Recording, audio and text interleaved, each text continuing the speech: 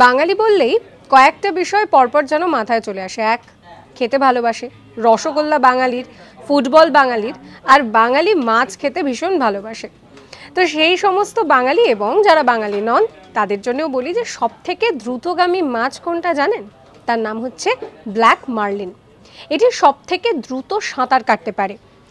ঘন্টায় 129 কিলোমিটার বেগে এই মাছ সাঁতার কাটতে পারে। এবার এই মাছটা দেখতে কেমন তার সম্পর্কে একটুখানি আপনাদেরকে বলি।